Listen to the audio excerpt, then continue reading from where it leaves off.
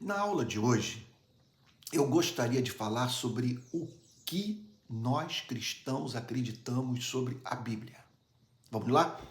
Em primeiro lugar, os cristãos creem que Deus se revelou aos seres humanos por meio da natureza e das sagradas escrituras.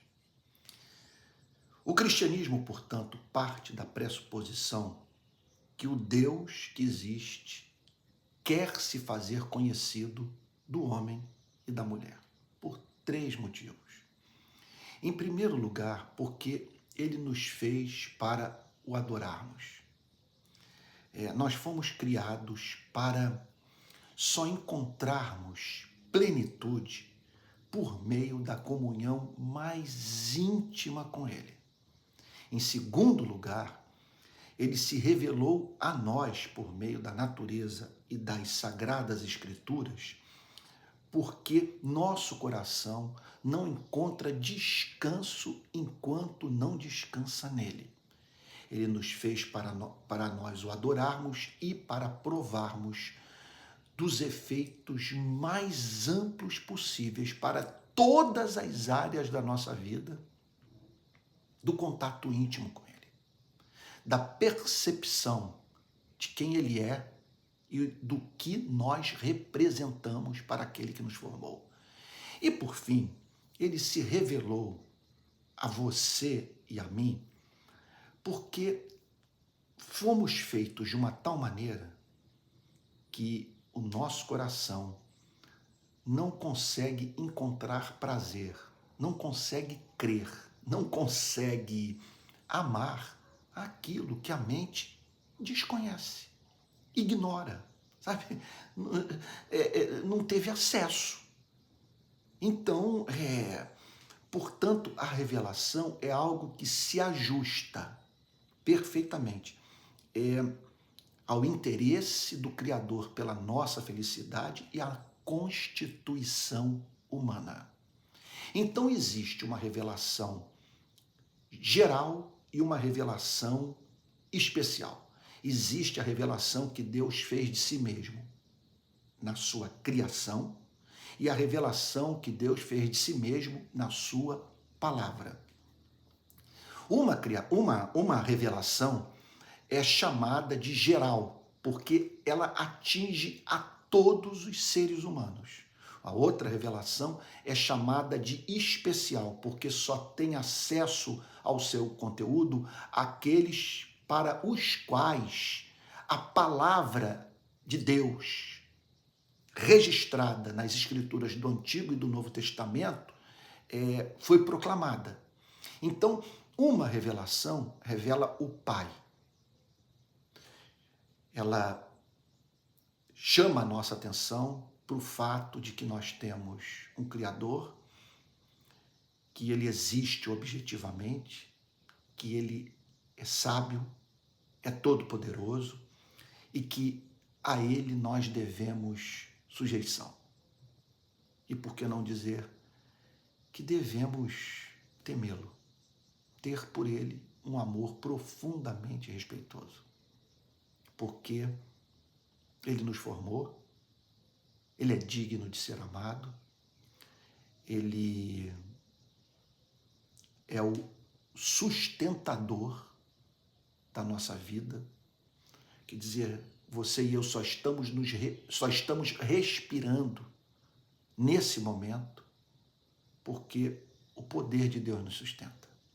Como nos insurgirmos contra a autoridade daquele que nos fez, que tem todo o poder e que, por ser santo, sobre isso eu vou falar mais adiante, é claro, não pode tolerar que os seres que ele formou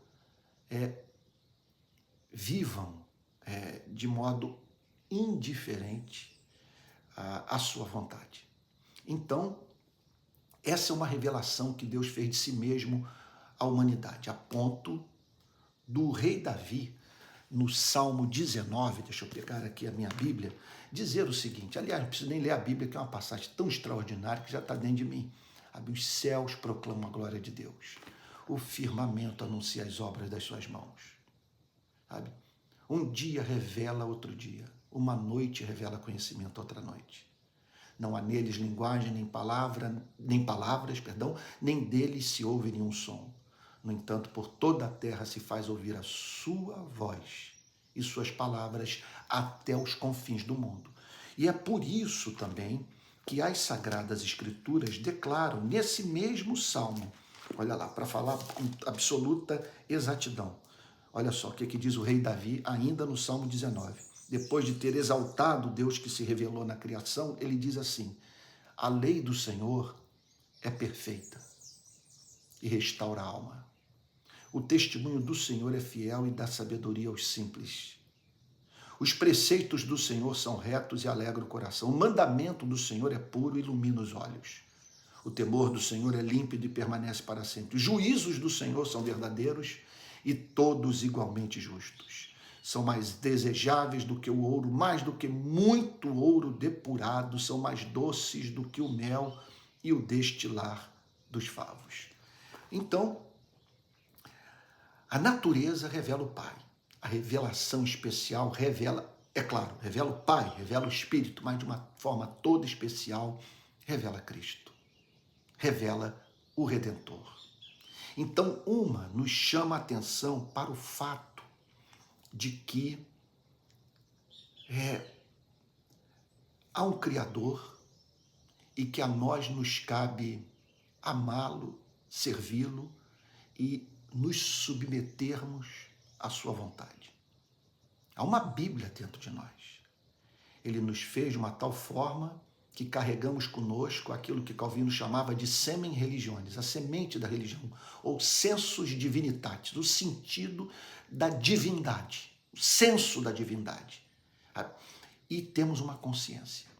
Nós não precisamos ler a Bíblia para saber que a nós nos cabe amar a Deus e o próximo. Há uma Bíblia, repito, dentro de nós.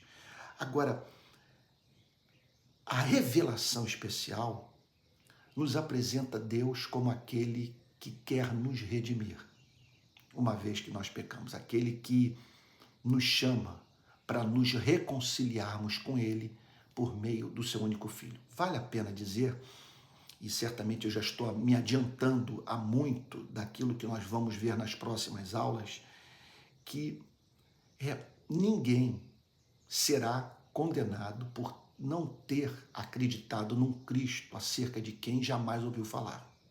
Agora, isso não torna o homem isento de culpa, porque, embora nem todos tenham acesso à revelação sobre o Filho, todos têm acesso à revelação sobre o Pai. Os homens são, por isso, indesculpáveis, porque há sinais evidentes, repito, de que não somos obras do acaso, que fomos formados à imagem e semelhança de um ser infinito pessoal e que a nós nos cabe viver para o louvor do seu nome. Então, essa é a primeira convicção de nós cristãos sobre a Bíblia. Nós estamos absolutamente certos de que Deus se revelou aos seres humanos por meio da natureza e que Deus se revelou aos seres humanos por meio das Escrituras do Antigo e do Novo Testamento. Agora, em segundo lugar, nós cristãos também entendemos que a crença numa revelação verbalizada ajusta-se à nossa visão de mundo, à visão de mundo do cristianismo. Deixa eu entender o ponto. Talvez você esteja aí me ouvindo e dizendo o seguinte, mas, cara, é exigir demais de mim.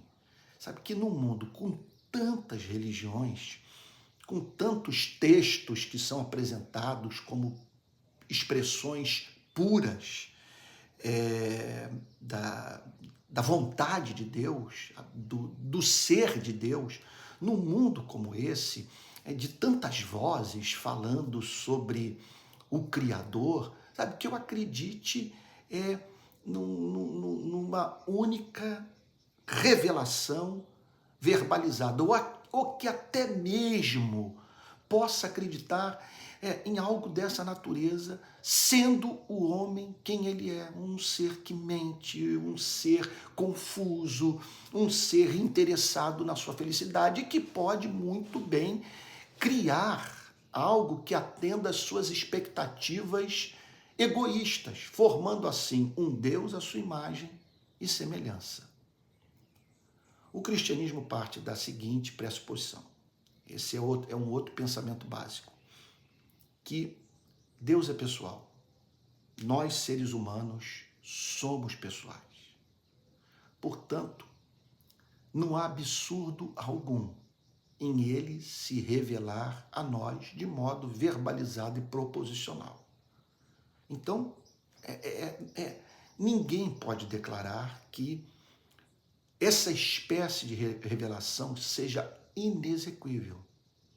Se partimos dos mesmos pressupostos intelectuais do cristianismo, nós veremos como algo que se encaixa naturalmente na visão de mundo cristã a ideia de uma revelação, na verdade, a ideia de uma Bíblia.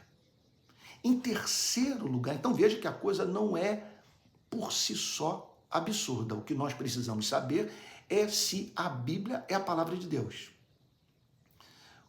Aquilo sobre o que nós precisamos nos certificar é se, ao fazer essa revelação aos seres humanos, por meio dos seres humanos, também temos que reconhecer isso, se ele preservou os autores do registro da revelação de erros. Também, veja, é algo que se ajusta perfeitamente ao conceito que temos de Deus. Que se ele é todo-poderoso, se ele é luz, e conforme acabei de dizer, ele é pessoal, por que acreditarmos que é absolutamente impossível ele se revelar de modo verdadeiro aos seres humanos e usando como instrumento da sua revelação o ser humano? Em terceiro lugar, a fé cristã parte da pressuposição de que Deus existe e é pessoal. Então, não é intrinsecamente absurda, portanto, a ideia de um Deus pessoal se revelar de modo racional a seres pessoais. Então, esse ponto tem íntima relação com o segundo. A crença numa revelação verbalizada ajusta-se à visão de mundo do cristianismo. Então, a primeira afirmação, me perdoe aqui, eu amo, assim, ser claro no que eu tenho que dizer e amo também apresentar o conteúdo daquilo que eu ensino de uma forma racional, seguindo um pensamento linear. Então, vamos lá. Eu disse, em primeiro lugar, que Deus se revelou aos seres humanos por meio da criação e por meio das escrituras sagradas. Em segundo lugar, eu disse que a crença numa revelação verbalizada ajusta-se à visão de mundo do cristianismo. Então, o cristianismo nos apresenta um conceito sobre Deus e os seres humanos que não torna a ideia da revelação verbalizada, a ideia de uma Bíblia, sabe, absurda. Por quê? Em terceiro lugar, então, essa terceira afirmação. A fé cristã parte da pressuposição de que Deus existe e é pessoal. A revelação verbalizada só poderia ser considerada um completo desatino, um nonsense total, se Deus não existisse ou não fosse pessoal. Agora, como ele existe, é pessoal, e nós fomos feitos à sua imagem e semelhança, por favor, eu não estou querendo nesse ponto dizer que a Bíblia é a palavra de Deus. Eu só estou querendo declarar que a ideia por si só, dentro da nossa cosmovisão, não é absurda, faz sentido. Não é, portanto, intrinsecamente absurda, permita-me repetir, a ideia de um Deus pessoal se revelar de modo racional a seres pessoais. Quarta convicção. A revelação verbalizada e proposicional, através de proposições, de declarações, com sujeito, verbo, predicado, sabe? De frases inteligíveis. Essa espécie de revelação verbalizada e proposicional é necessária para que os seres humanos conheçam as verdades centrais sobre si mesmos e o universo que não conheceriam de outra forma. Veja, nessa aula eu estou apresentando aquilo que nas próximas aulas será tratado por mim de uma forma mais ampla e a partir da citação de teólogos reformados que expressaram um ponto de vista análogo ao meu.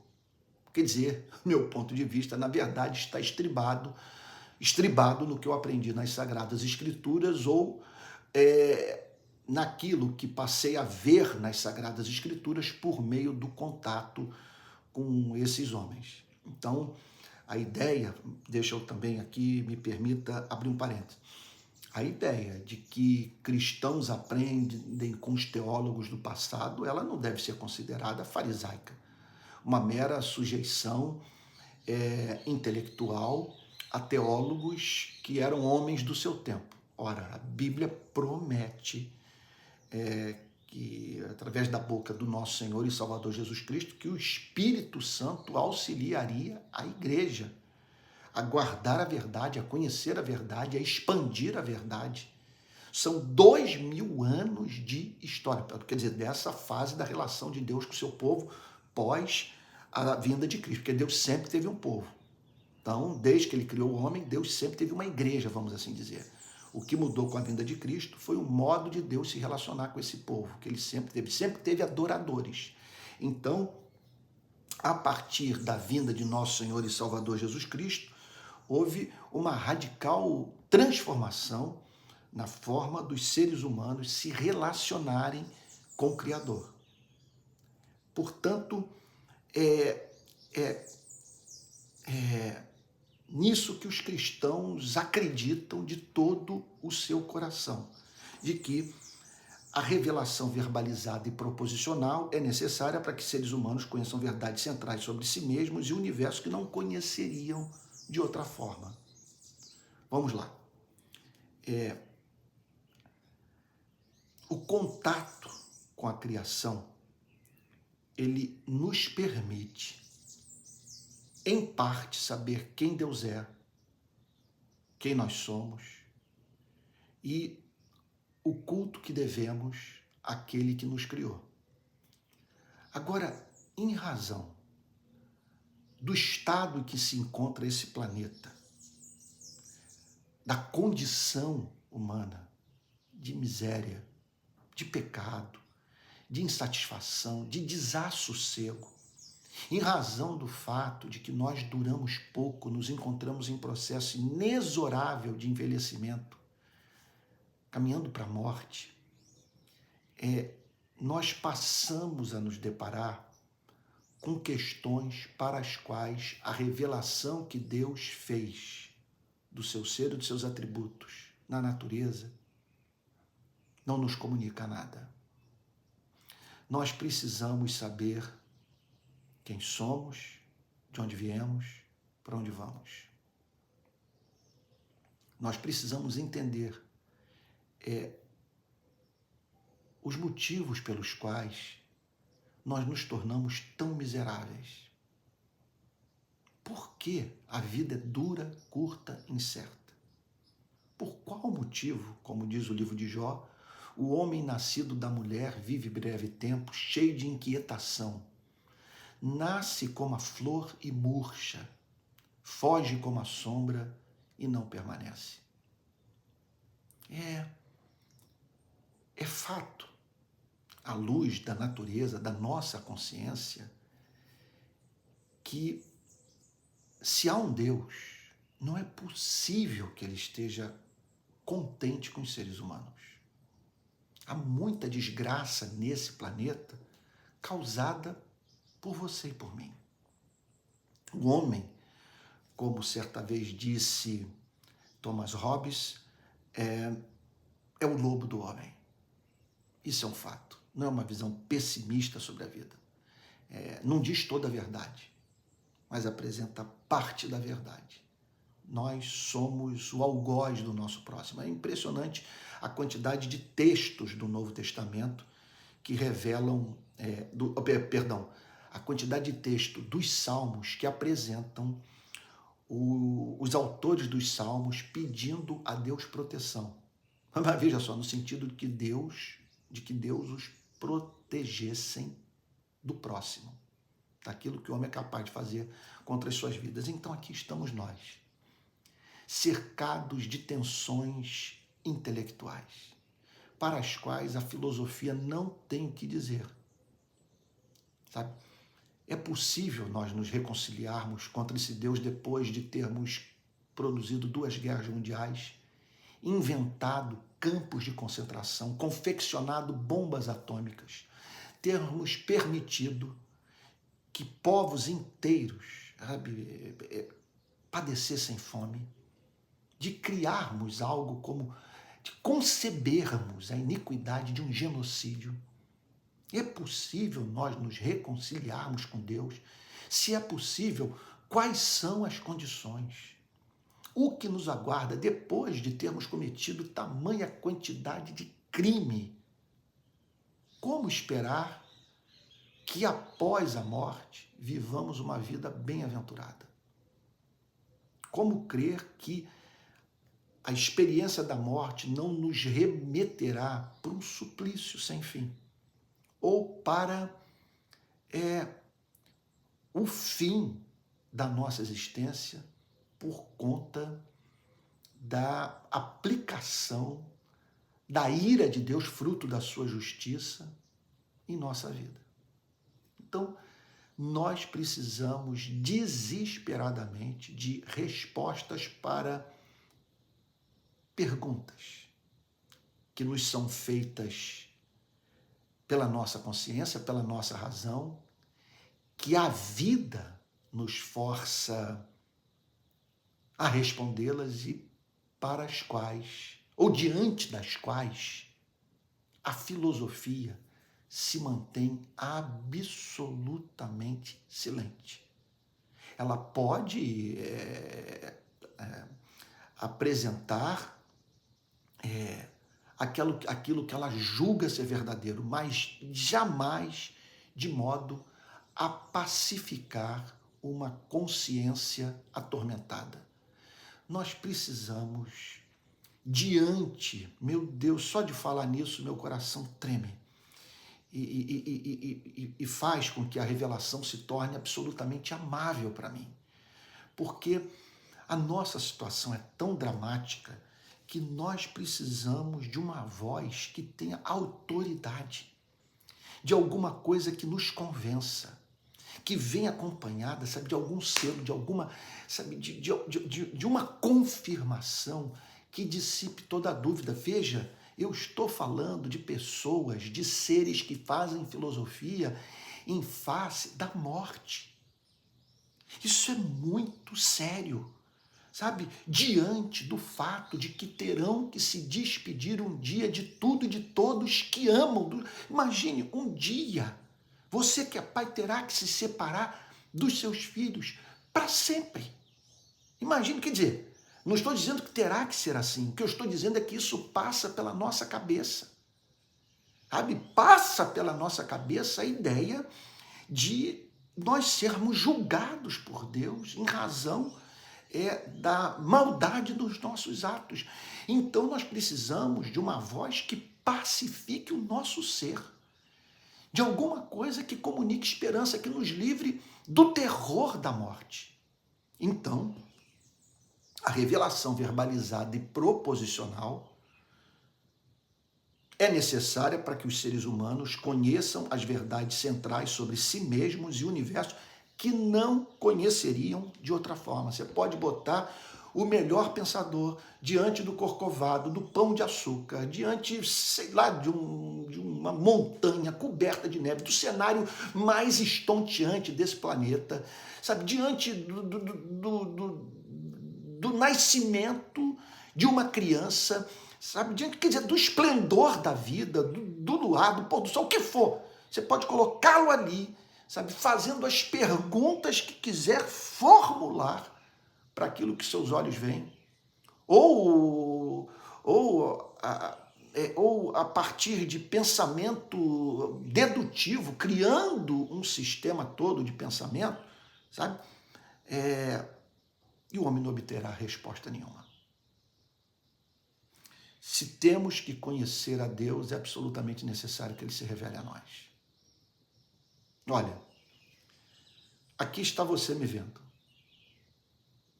Se eu não abrisse a boca, sabe, você poderia até chegar a algumas conclusões sobre a minha vida, sabe? Mas jamais me conheceria se você não pudesse me observar enquanto ajo, enquanto atuo, enquanto delibero, sabe? E você jamais me conheceria se eu não me revelasse a você, se não falasse sobre mim mesmo. Então, se você me visse aqui apenas a minha imagem, jamais saberia, por exemplo, que eu sou um cristão, que eu creio nas coisas que creio de todo o coração naquilo que estou ensinando nessa aula. Então, o mesmo se dá em relação ao Criador. Jamais o conheceríamos se ele não tivesse revelado a nós. Em quinto lugar, a investigação filosófica, sem o auxílio da revelação escrita, não é suficiente para que os seres humanos saibam quem são, de onde vieram e para onde vão. Então, é claro que esse ponto tem íntima relação com o ponto anterior. A investigação filosófica, sem o auxílio da revelação escrita, não é suficiente para que os seres humanos saibam quem são, de onde vieram e para onde vão. É claro que a filosofia pode comunicar muito sobre o ser de Deus, os seus atributos, a nossa natureza e a nossa dependência em relação ao Criador, e bem como a necessidade de a Ele nós nos submetermos na totalidade do nosso ser. Agora, as demandas são de tal natureza que a mente humana, desassistida da revelação do Espírito Santo, só remete o ser humano caído para labirintos mentais, fazendo, portanto, com que esse jamais consiga encontrar uma verdade que sirva de fundamento para a sua felicidade. Sabe? A filosofia, portanto, eu concordo, quer dizer, a filosofia nasce do espanto, nasce da nossa capacidade de fazer perguntas à vida. E quando nós fazemos perguntas à vida, nós podemos obter respostas para um sem número de questões, mas não a ponto de termos as nossas lágrimas enxugadas e num CTI de hospital, agonizando entre a vida e a morte, termos esperança de que ali nós não estamos nos deparando com o fim dos nossos sonhos. Eu vou parar por aqui e na próxima aula eu voltarei a essa série de afirmações sobre o que os cristãos acreditam sobre a revelação de Deus nas Sagradas Escrituras.